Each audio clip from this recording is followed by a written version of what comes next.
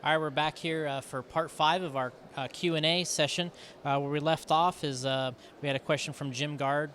We answered that one about what do I think about the AstroTurf and off-road racing. We answered that one. We're going into Eric Larson here.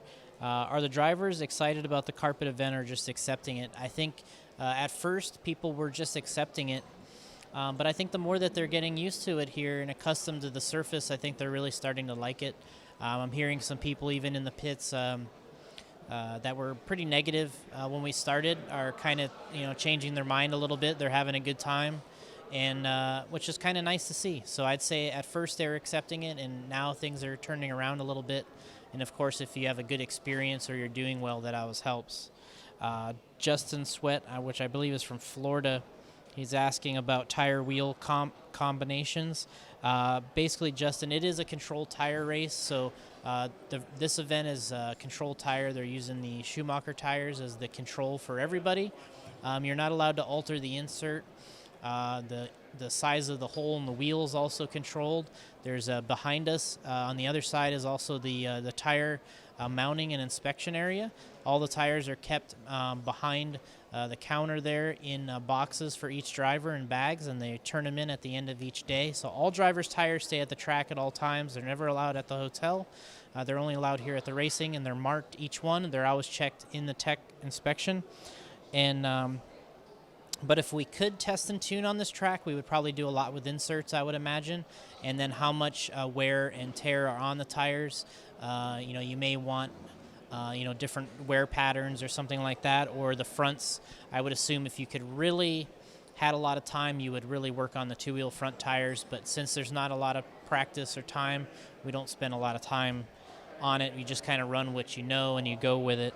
What inspired the S2 body that Mayfield's running, the engineering and design behind it? Well, it starts with the original silencer body, but we wanted to make a lower profile design, something that's a little bit crisper, a little bit sharper, has a couple more scoops, and just kind of looks a little more rigid and kind of a little tougher look, and I think we've done that. And then Cole Hendrickson asks, what affects me the most when we're traveling? Probably in this kind of distance, the time change makes a big difference. Here we're almost, for Florida, we're about 12 hours difference. So when we're starting our day here, they're finishing it in Florida. We're trying to communicate. Then you got the sleep, you got jet lag. So the time difference makes a big thing. And then eating also, you're used to eating certain things. You come here and you're being a little experimental, or you're not being experimental. Some people like it, some people don't. I'd prefer to eat what I normally do, but at the same time, it's kind of part of the experience.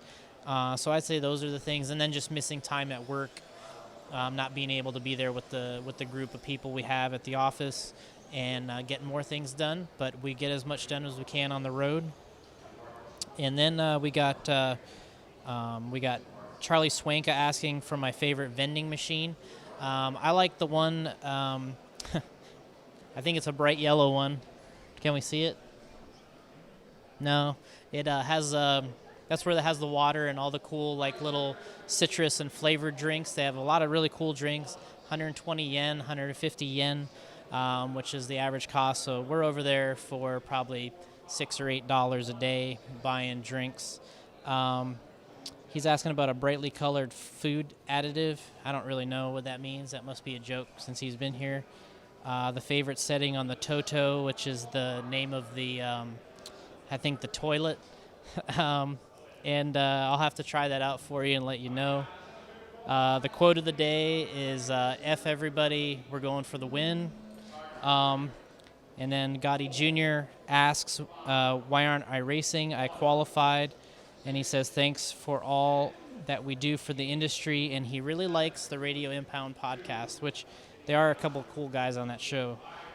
Signed Todd Gack, who I don't know who that is, but he probably does. I'm not racing because I think I just wanted to prove that I could still qualify for a world-level event at the Roar Nats. And I think I did that. I wanted to do a little better at the Nationals than I did, but I still qualified for the Worlds a couple of years ago. I wanted to come here and race at first, but then I decided it wouldn't be best for us. I wouldn't be able to do as many of this type of thing and help out our drivers and Ryan and Spencer, Cody, obviously all the guys. And so I'm actually having more fun not racing. Of course, you want to drive the track and you compete and you kind of dream about how you could do, but I think in the end it's best if I don't race and concentrate on the other guys who can actually win the thing. So other than that, we got I had a texted in question. This is from Jimmy Jacobson, and it says, how come I didn't invite him and his wife to my wedding?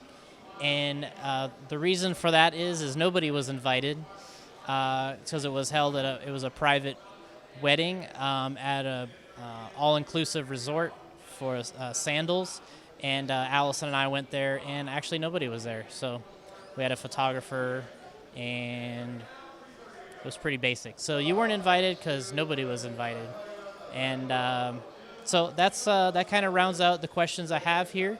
And thanks everybody for submitting here at the Worlds on the two-wheel portion. We'll try to do some more, maybe notes and tricks, things that maybe just random thoughts after this, maybe today as before the main events. But it's been fun answering the questions, and keep everybody watching, and thanks for the support.